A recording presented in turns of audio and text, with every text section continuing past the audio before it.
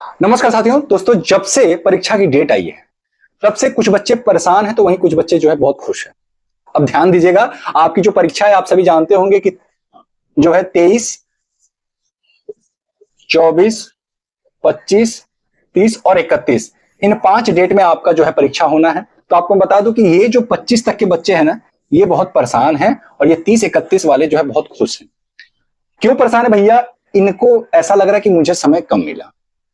इनको जिन बच्चों का पेपर 23, 24, 25 को है, उनको लग रहा है कि मुझे समय कम मिला और इनको लग रहा है कि मुझे समय मतलब और मिल गया।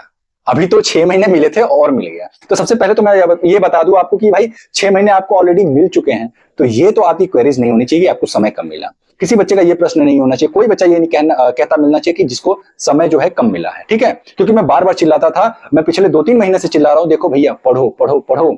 क्योंकि एक बार अगर डेट आ जाता है ना भाई, समय कब बीतता है पता नहीं चलता। आप खुद इस चीज को एक्सपीरियंस करो ना, आपको खुद ये चीज लग रहा होगा कि डेट आने के बाद समय कितना जल्दी जल्दी बीता। यही होता है, क्योंकि मैं भी एक स्टूडेंट हूं और था भी, तो ये चीज मैंने अनुभव किया है कि डेट के आने से पहले जितना पढ़ाई हो जाता है, डेट आने के बाद तो सिर्फ और सिर्फ रिवीजन, मॉक टेस्ट, यही सब चलता रहता है। तो इसीलिए मैं चिल्लाता था कि भैया पढ़ो पढ़ो पढ़ो। और 6 महीने बीत गए, देखिए आपकी परीक्षा नजदीक है, नजदीक क्या आ गई है। 23 को पेपर है लेकिन लोग 22 को निकल जाएंगे। दूर दूर सेंटर है तो एक दिन पहले जाके आराम तो करेंगे कहीं ना कहीं, या फिर डायरेक्ट मान लीजिए 23 को जिन बच्चों का पेपर सुबह में है तो सुबह में निकलेंगे तो कहां पहुंच पाएंगे, नहीं पहुंच सकते। तो ध्यान दीजिएगा, 23, 24, 25 वालों को बिल्कुल परेशान होने की आवश्यकता नहीं है। आप जो पहला क्वेश्चन देख रहे हैं कि किस डेट का पेपर आएगा आसान, तो भैया 23, 24, 25 वालों का जो पेपर है वो अपेक्षाकृत 30, 31 के आसान आएगा। अब ये बात कैसे मैं कह दे रहा हूं, बहुत सारे बच्चे कहेंगे भैया ये तो बहुत बड़े ज्ञानी हो गए, बहुत बड़े ज्ञाता बन रहे हैं अपने आप को जो है। तो देखिए, पिछला आप जितने भी पेपर हुए हैं, आप खुद इस चीज को देखिए, प्रीवियस ईयर उठाइए, देखिए, चाहे वो यूपीएसआई हो गया, चाहे वो आरपीएफएसआई हो गया, चाहे वो एसएससी जीडी को हो गया, जितना आपका पेपर पहले पड़ता है, आपकी जो परीक्षा आपका जो पेपर होता है वो अपेक्षाकृत बाद वालों की थोड़ा सा आसान होता है। ठीक है, तो 23, 24, 25 का जो पेपर है, ये मैं ये नहीं कह रहा हूं कि मतलब ये पेपर इतना आसान होगा कि बिल्कुल हलवा जैसा होगा, नहीं, लेकिन 30-31 वालों की अपेक्षा जो है इनका पेपर आसान होगा। 30-31 वाले भैया जो खुश हो रहे हैं ना, ये जो समय मिला है थोड़ा सा मेहनत करो, क्योंकि क्वेश्चन का जो टाइप है वही रहेगा, जो पैटर्न होगा पेपर का वही रहेगा, लेकिन हो सकता है कि जैसे क्वेश्चन इसमें जो पूछ रहा है उसी क्वेश्चन में कैलकुलेशन हार्ड कर दे। इसमें जो है कैलकुलेशन हार्ड कर सकता है। जो दूसरा आप देख रहे हैं कि किस डेट का पेपर आएगा कठिन, तो भैया 30-31 वाले थोड़ा सा जो है मेहनत पे ध्यान दो और थोड़ा सा कठिन परिश्रम करो, क्योंकि समय मिला है ना, तो समय का यूज करो। और खासतौर से 23, 24, 25 का पेपर बढ़िया से एनालिसिस करना, बहुत अच्छे से। मैं किसी को डिमोटिवेट नहीं कर रहा भाइयों, मैं किसी को डिमोटिवेट नहीं कर रहा हूं। मेरा उद्देश्य सिर्फ और सिर्फ आपको जो है मोटिवेट करना होता है और आपको सही जानकारी देना होता है। 23, 24, 25 का पेपर जब जैसे ही होना, आप जो है पहले डेट के पहले शिफ्ट से ही एनालिसिस करना। आपको मॉक टेस्ट लगाना, ये 30-31 वालों को भी मॉक टेस्ट लगाना बंद कर देना है 23 से। आपको क्या करना है कि ये जो 23, 24, 25 का पेपर है ना, हर डेट का पेपर आपको एनालिसिस करना है। हर डेट का पेपर एनालिसिस करिए, और एनालिसिस करेंगे तो आपको पता चलेगा आपको क्या क्या पढ़ना है, और बस आपको वो टॉपिक पढ़ने हैं। समझ में आ रही मेरी बात? तो 30 और 31 वाले बच्चे जो है थोड़ा सा इस चीज पे ध्यान देंगे कि 23, 24, 25 को जब पेपर हो तो अच्छे से एनालिसिस करेंगे। ठीक है, अच्छा एक चीज और मैं बता दूं, ये जो 23, 24, 25 वाले बच्चे हैं ना, इस समय जो है अब बहुत सारे बच्चों का कहना है कि सर ये खुश हो रहे हैं कि भैया हमको जो है नॉर्मलाइजेशन में नंबर अच्छा मिलेगा, बाद वालों को नॉर्मलाइजेशन में नंबर जो है वो कम मिलता है। देखिए, ऐसा कुछ नहीं कहा जा सकता है। और नॉर्मलाइजेशन के बारे में तो सच बता रहा हूं भैया, अच्छे अच्छे चैनल वालों ने बोल दिया, मुझे समझ में नहीं आता क्या है नॉर्मलाइजेशन, किस आधार पर नंबर बढ़ता है। मैं उन चैनल का नाम नहीं लूंगा, लेकिन उनके मतलब आप समझ सकते हो कि जो बड़े बड़े चैनल हैं, बड़े बड़े चैनल आप समझ गए होंगे, उन सभी जो चैनल्स हैं उनके फाउंडर ने इस बात को कहा है कि भैया नॉर्मलाइजेशन मुझे नहीं समझ में आता, और मुझे भी नहीं समझ में आता। फार्मूला इन लोगों ने दिया, लेकिन फार्मूला पे ये कहां जो है कि नॉर्मलाइजेशन फिट बैठता है, किसका जो है कि 20-20 नंबर बढ़ जाता है, किसका 15-15 नंबर घट जाता है, किस आधार पे। इतना नहीं घटना बढ़ना चाहिए, क्योंकि मुझे ऐसा लगता है कि हाँ 5-6 नंबर का अंतर होना चाहिए, ज्यादा अगर हो रहा है तो ध्यान दीजिएगा दोस्तों।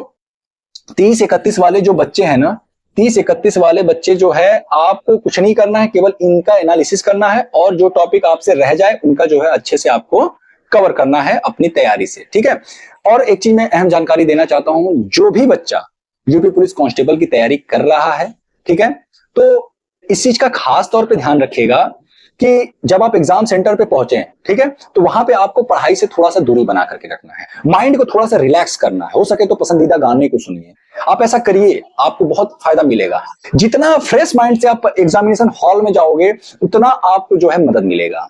तो मस्त रहिए। जब भी एग्जामिनेशन मतलब जहां पे एग्जाम सेंटर है, उसके बाहर बहुत लोग देखता हूं पढ़ते रहते हैं। लेकिन मानिए ऐसा मत करिएगा।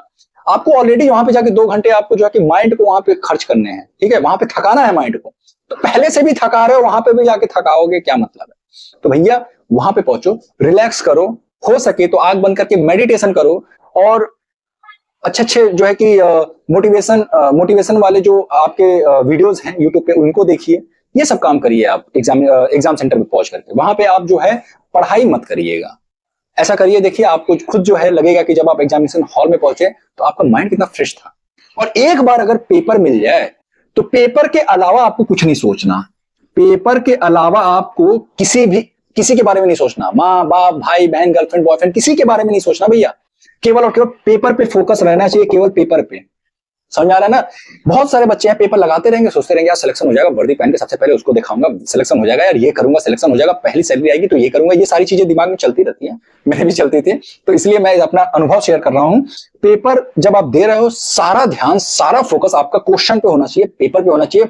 2 घंटे दोस्तों, केवल 2 घंटे आपको जो है ध्यान केंद्रित करके ये काम करना है। 2 घंटे के बाद जब निकलो तो जो मर्जी वो करो, कोई दिक्कत नहीं। आप खुद देखोगे कि जब आप पूरे 100% अगर जो है कि 100% आपने पेपर में दे दिया ना, यकीनन आपको जो है फायदा मिलेगा। और एक चीज मैं बार बार कहता हूं, ज्यादा पढ़ने के बजाय रिवीजन करिए। जो पढ़ लिया है रिवीजन करिए, जितना पढ़ लिया है रिवीजन करिए, ठीक है, वो आपको जो है फायदा पहुंचाता है। बहुत ज्यादा पढ़ने से सिलेक्शन नहीं होता। रिवीजन करिए, जो पढ़ा है कम से कम वहां से क्वेश्चन है तो गलत ना हो। रीजनिंग, हिंदी, 2 चीजों को टारगेट बना के चलिए। 2 सब्जेक्ट में स्कोर जरूर आना चाहिए भैया, 45 प्लस रीजनिंग और 32 प्लस हिंदी, ठीक है। अगर आप इतना करते तो आप देख रहे हैं कि आपका जो स्कोर है 77, तो यही हो जा रहा है, 77 यही हो जा रहा है। और कोई बच्चा इतना गधा नहीं होगा कि बाकी के सब्जेक्ट में, बाकी के जो दोनों है मैथ और जीएस जो है, उसमें मिला करके वो जो है 33 ना सही कर पाए। और अगर आपने 33 सही कर लिया, यकीन मानिए कि आपके जो है सिलेक्शन को कोई रोक नहीं सकता, क्योंकि आपका स्कोर 110 जो है हो जा रहा है। और ये सिलेक्शन वाला स्कोर है, ये क्वेश्चन की बात कर रहा हूं मैं, आफ्टर माइनस मार्किंग, ठीक है। चलिए दोस्तों, उम्मीद करता हूं कि इस वीडियो के माध्यम से आप मोटिवेट हुए होंगे। और साथ ही साथ देखिए, मैंने किसी को डीमोटिवेट नहीं किया है, ना मेरा ये प्रयास रहा है। ये 30-31 वाले बच्चे मुझे गाली नहीं देंगे। मैं आपको ये कह रहा हूं कि भैया थोड़ा सा और मेहनत करना है, आपको समय मिल गया, उसका मिसयूज मत करिए, ठीक है। घूमने फिरने में बर्बाद मत करिए, पढ़ाई में ध्यान दीजिए। और आपके लिए एक बेनिफिट भी है कि भैया 23, 24, 25 का पेपर है, आपको एनालिसिस करना है। आपको पता चल जाएगा कि जो एग्जाम का पैटर्न है, जो पेपर का लेवल है, वो क्या है और कहां कहां से क्वेश्चन पूछ रहा है।